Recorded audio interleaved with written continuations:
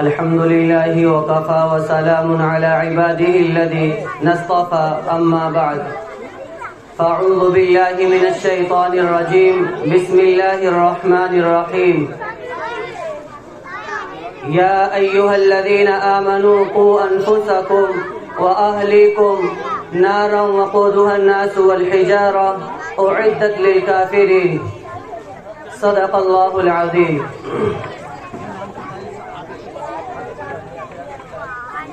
میرے محترم بزرگوں اور عزیزوں،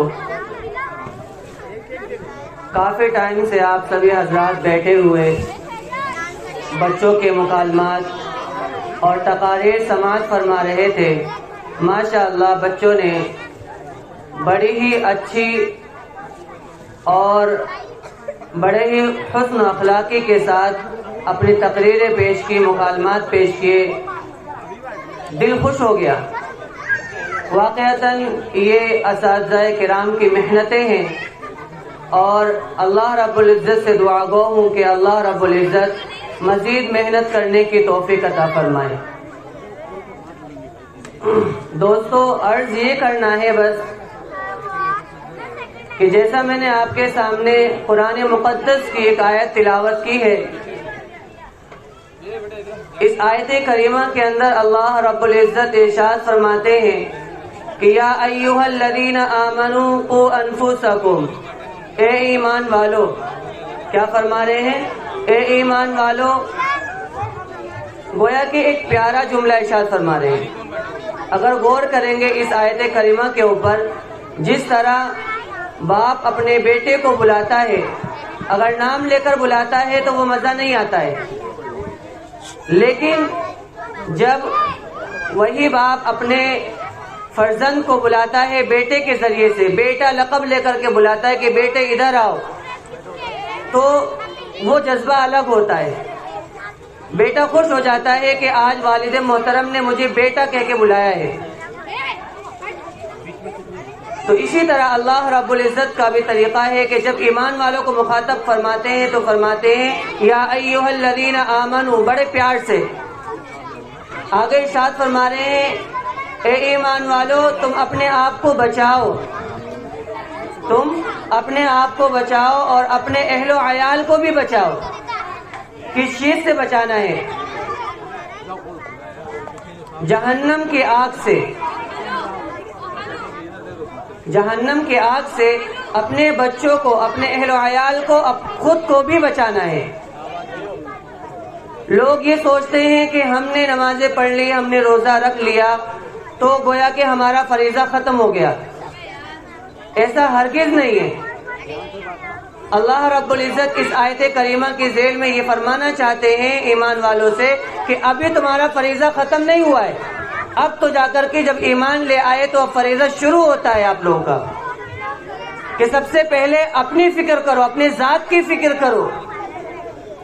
آپ نمازیں پڑھ رہے ہیں، نمازوں کے اندر کیا کیا پڑھنا ہے، صحیح طریقہ ہمیں نمازوں کا آنا چاہیے، اس کی فکر ہمیں ہونی چاہیے. پھر اس کے بعد اپنے اہل و عیال کی بھی فکر کرنی ہے. ایک مثال سے میں آپ کو اس بات کو سمجھاتا ہوں. جیسا کہ اللہ رب العزت ارشاد فرمانے کہ جہنم کی آگ سے بچاؤ، جہنم کی آگ سے اپنے اہل و عیال کو، خود کو بچاؤ.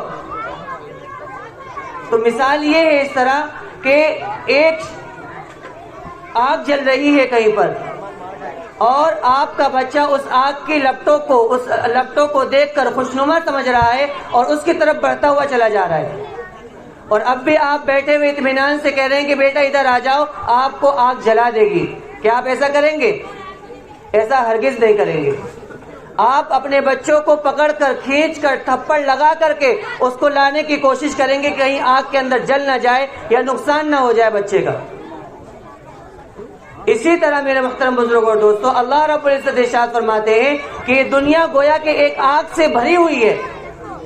طرح طرح کے آلات دنیا کے اندر موجود ہیں جو بچوں کو اپنی طرف کھینچتے چلے جا رہے ہیں، جہنم کی طرف لے جانے کی کوششیں کر رہے ہیں.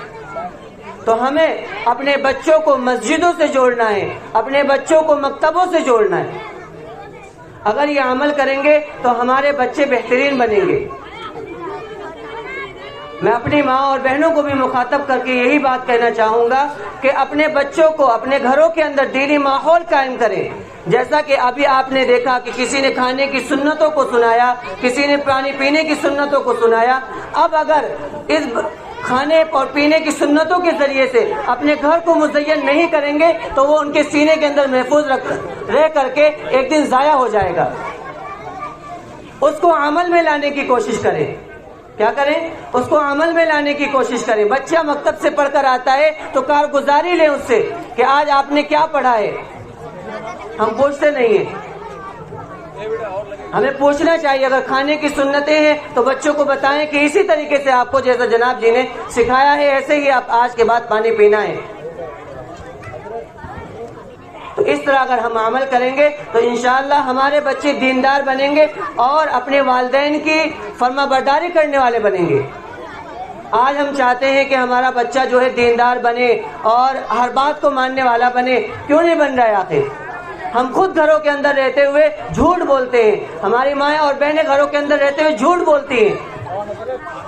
بچوں سے کہتی ہیں کہ بیٹا ادھر آؤ, میں آپ کو کچھ چاکلیٹ دینا چاہتی ہوں, ٹافی دینا چاہتی ہوں. اپنی طرف بلانے کے لیے ان کو جھوٹے بہانے دے کر اپنے بات بلاتی ہیں اور دیتی نہیں ہے.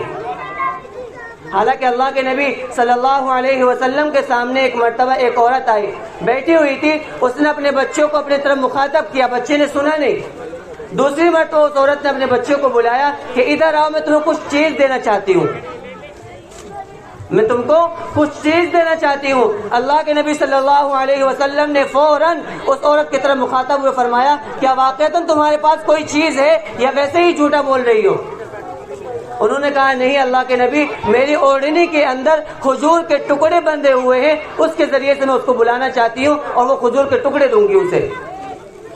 اللہ کے نبی صلی اللہ علیہ وسلم اس بات پر خوش ہوئے, فرمایا کہ یہ بات سچی ہے. اگر آپ ابھی سے اپنے بچوں کو جھوٹی عادتیں ڈالیں گے اور جھوٹی باتیں بتلائیں گے اور اس طرح کے بہانے پیش کریں گے تو بڑا ہو کر کے بچہ آپ کا ایسے ہی نافرمان بنے گا. پھر آپ اپنے بچوں سے کوئی امید نہیں رکھ سکتے. تو میں عرض یہ کر رہا تھا کہ اپنے بچوں کو جھوٹے وعدے, جھوٹے دلاسے دے کر کے اپنی طرف اپنے بچوں کو مخاطب بالکل بھی نہ کریں. اگر آپ چاہتے ہیں کہ ہمارے بچے ہماری فرما برداری کریں, ہمارے حکموں پر چلیں, تو ہمیں یہ ضرور اس بات کا خیال رکھنا ہوگا کہ اپنے بچوں کو جھوٹے دلاسے دے کر کے اپنے پاس بلانے کی یا پھر اپنے بچوں کو جھوٹے دلاسے دے کر کے کسی کو مخاطب کرنے کی ایسے ہرگز کوشش نہ کریں. ایک چیز تو یہ. دوسری چیز, ہمارے بچے مکتبوں کے اندر آتے ہیں, اس کا پورا خیال رکھیں. ہر مہینے کے اسباق الگ الگ ہوتے ہیں دینیات کے, ان سے معلومات کریں کہ کیا پڑھ کر ہمارا بچہ آ رہا ہے. اگر ہم معلومات کریں گے تو ہمارے گھر کا ماحول اچھا بنے گا اس کے ذریعے سے. اور میں اپنے نوجوانوں کو بھی مخاطب کر کے کہنا چاہوں گا اس چیز کو کہ جس طرح ہم لوگ سڑکوں پر کھڑے ہو کر کے یا پھر بائکوں پر بیٹھ کر کے اپنے وقت کو ضیاع کرتے ہیں, کم از کم ان اوقات کا بالکل کیا نام ہے اپنے اوقات کو پابندی کے ساتھ اپنی مسجدوں میں دینے کی کوشش کریں. اور بڑے حضرات کو میں یہ کہنا چاہوں گا, بڑے حضرات سے, کہ یہ جتنے بھی اپنے محلے ہیں یا اپنے چوراہے ہیں, اپنے بچوں کو تو کم از کم چوراہوں پر کھڑا ہونے کی بالکل بھی اجازت نہ دیں. 10 بجے کے بعد ان کا باہر نکلنا ہی بند کر دیں. اگر نکلے تو مسجدوں کی جانب جائیں, مسجدوں میں بیٹھیں, اپنے امام سے, اپنے استاد سے, اپنے جناب سے بیٹھ کر کے ان سے کچھ تعلیم سیکھیں, ان سے کچھ باتیں سیکھیں, مسئلے مسائل سے گفتگو کریں. لیکن چوراہوں کو سجانا, یہ میرے محترم بزرگوں دوستوں, اللہ کے نبی صلی اللہ علیہ وسلم کی سنت نہیں ہے اور یہ آپ کا پیغام بھی نہیں ہے. آج ہمارا معاشرہ جو بگڑتا جا رہا ہے, سب سے بڑی بنیادی چیز یہی ہے کہ آج ہم نے مسجدوں کو ویران چھوڑ رکھا ہے اور گلی چوراہوں کو آباد کر رکھا ہے. کسی نے لکھا ہے کتاب کے اندر کہ اگر آپ کو دیکھنا ہے کہ کس محلے کے اندر زیادہ مسلمان ہیں تو اس محلے کے گلی کوچوں کو دیکھ لو. اگر وہ گلی کوچے آباد ہیں تو آپ سمجھ جاؤ کہ مسلمان کے گلی کوچے ہیں, اور اگر اس گلی کوچوں کے اندر کچرا خوب زیادہ بھرا ہوا ہے تو سمجھ جاؤ وہ گلی کوچے مسلمانوں کے ہیں. تو ایسا پیغام اپنے عمل سے, حالانکہ اللہ کے نبی صلی اللہ علیہ وسلم فرماتے ہیں طہور شطر الایمان, صفائی آدھا ایمان ہے, پاکیزگی آدھا ایمان ہے. ہم کہاں چلے جا رہے ہیں؟ اس چیز کو سمجھیں اور اپنی زندگیوں کے اندر جھانک کر دیکھیں. ہماری ماں اور بہنوں، آپ سے مخاطب ہو کر میں یہی کہنا چاہوں گا کہ اپنے بچوں کو، اگر آپ چاہتی ہیں کہ ہمارے بچے بہترین بنے، شہدائی بنے، دین کے داعی بنے، دین میں نکلنے والے بنے، ہر اعتبار سے دین کو لینے والے بنے اور ہر فیلڈ کے اندر وہ کامیاب ہو، تو میرے محترم بزرگوں، دوستوں اور میری ماں اور بہنوں، آپ کو یہ عمل کرنا ہوگا. اپنے گھروں کے اندر بالکل دینی ماحول قائم کرنا ہوگا. اگر دینی ماحول نہیں قائم کریں گے، سوچیں کہ کل کریں گے، تو کل میرے محترم بزرگوں دوستوں کبھی آئی نہیں ہے اور نہ کل کبھی آتی ہے. کل آنے کے بعد دوسری کل آ جاتی ہے، اسی لیے کل کبھی نہیں آتی ہے. تو اس چیز کو گانٹھ باندھ لیں کہ آج سے ہی جانے کے بعد انشاءاللہ اپنے گھروں کو دینی ماحول میں ڈھالنے کی کوشش کریں گے. اپنی چھوٹی چھوٹی بچیوں کو نماز کی پابندیاں کرنا سکھائیں گے. مکتب کے اندر جو چیز سیکھ کر آ رہی ہیں ان سے سیکھنے کی، ان سے لینے کی کوشش کریں گے. کوئی لینے سے چھوٹا نہیں ہوتا. اور آخری بات، سب سے اہم بات جو ہم لوگ کبھی نہیں کرتے ہیں، وہ پیرنٹس کے لیے ہے، وہ یہ ہے کہ ہمارے پیرنٹس جو ہیں یہ کبھی بھی یہ نہیں سوچتے کہ اپنے بچوں کو، اپنے اہلیہ کو یا اپنے والدین کو بٹھا کر کے، بیٹھ کر کے تھوڑا سا دین کا مذاکرہ کر لیں. کیا کر لیں؟ دین کی کچھ باتیں کر لیں. کبھی ہوا ہے کسی گھر میں؟ نہیں ہوتا ہے جلدی. جو دینی لائن سے جڑے ہوئے ہیں یا پھر دعوت کی لائن سے جڑے ہوئے ہیں، جماعت کی لائن سے جڑے ہوئے ہیں، وہ لوگ تو کچھ مذاکرہ کر لیتے ہیں بیٹھ کر کے، اس کے علاوہ کوئی بھی مذاکرہ نہیں کرتا ہے گھر میں بیٹھ کر کے. اپنے بچوں کے احوال نہیں لیتے ہیں. ہمارا بچہ دن بھر باہر رہا، کیا کیا اس نے باہر رہ کر کے؟ ہمارا بڑا بچہ ہے دن بھر باہر رہا، کیا عمل کیا اس نے باہر رہ کر کے؟ پوری کارگزاری لیں، اسے سمجھائیں، بات بات پر ٹوکیں. ٹوکنے کا عمل بھی اچھا ہونا چاہیے. حسن و خوبی کے ساتھ دوست بن کر کے ایک باپ اپنے بیٹے سے پوچھے کوئی پریشانی تو نہیں ہے، کوئی عذر تو نہیں ہے، جو بھی کوئی پریشانی ہو پریشانی کو حل کرنے کی کوشش کرے. گویا کہ ایک باپ اپنے بیٹے کا دوست بنے، ماں اپنی بیٹی کا دوست بن کر کے اس سے احوال لے. آج معاشرے کے اندر اتنی گند پھیلی ہوئی ہے کہ دوسرے لوگ اپنے بچوں کو، مسلمانوں کو اچکنے کی کوشش کر رہے ہیں. کوئی بچہ کسی بچی کے ساتھ بھاگ رہا ہے، کوئی بچہ کسی بچی کے ساتھ بھاگ جاتا ہے، یا پھر اسلام سے پھر رہے ہیں. کیا حال ہے؟ اسلام آج اتنا بہترین مذہب ہے، لیکن ہم ہی لوگوں نے اسلام کو اتنا بگاڑ کر کے پیش کر دیا ہے کہ اللہ کی پناہ. اسلام کے نام سے اگر کوئی سن لیتا ہے کہ یہ شخص مسلمان بیٹا ہے میرے برابر میں، بیٹھنے کو برابر میں پسند نہیں کرتا ہے کہ ایمان والا ہے. ایسا ماحول بن چکا ہے. اور یہ کیوں ہے؟ وہ اس وجہ سے ہے کہ آج ہم نے دین کو جس معنی کر لینا چاہیے تھا، جس معنی کر ہمارے دل کے اندر تڑپ ہونی چاہیے تھی، وہ تڑپ نہیں رہی اور ہم نے دین کو بالکل بھلا دیا، چھوڑ دیا ہے. تو دوستوں، میرے محترم بزرگ اور ماں اور بہنوں، آپ سبھی سے یہ درخواست ہے کہ یہاں سے جانے کے بعد اپنے گھروں کو دینی ماحول بنائیں. اور جن بچوں کو مکتب میں ابھی تک ایڈمیشن نہیں ہوئے ہیں، ان بچوں کو اپنے ایڈمیشن کی کوشش کریں اور ان کو مکتب سے جوڑنے کی کوشش کریں. دیکھیے، آخری چیز جو ہے اس کے اندر سب سے بہترین چیز جو بتانے جا رہا ہوں، یہ جو ہمارے یہاں مکتب چلتا ہے، یہ دینیات کا نصاب چلتا ہے. کس چیز کا؟ دینیات کا نصاب چلتا ہے. لوگ کہتے ہیں کہ اجی دینیات تو بہت لیٹ جا کر کے پوری ہوتی ہے، کئی سال لگ جاتے ہیں، قرآن پورا نہیں ہوتا بچوں کا. آخر کب قرآن پورا ہوگا؟ ہمارا بچہ 12 سال کا ہو گیا، 15 سال کا ہو گیا، ابھی تک قرآن پورا نہیں ہوا. اس کا اشکال چھوڑ دیں.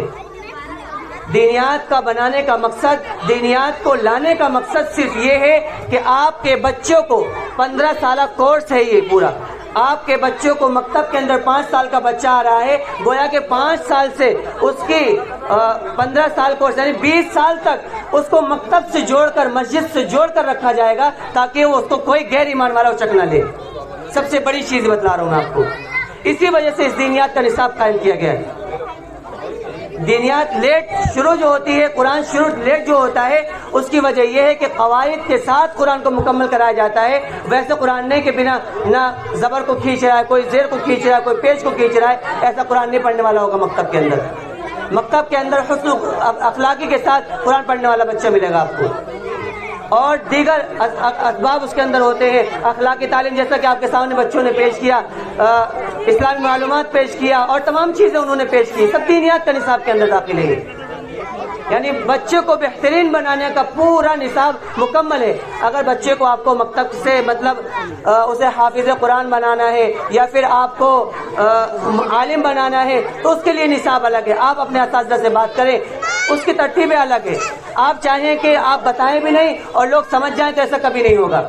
آپ بتائیں کہ میرا بچہ جو ہے حافظ قرآن بنانا ہے، اس کو اس سے جلد پورا کرانا ہے، تو اس کے ذریعے سے اس کی ترتیب پوری کی جائے گی۔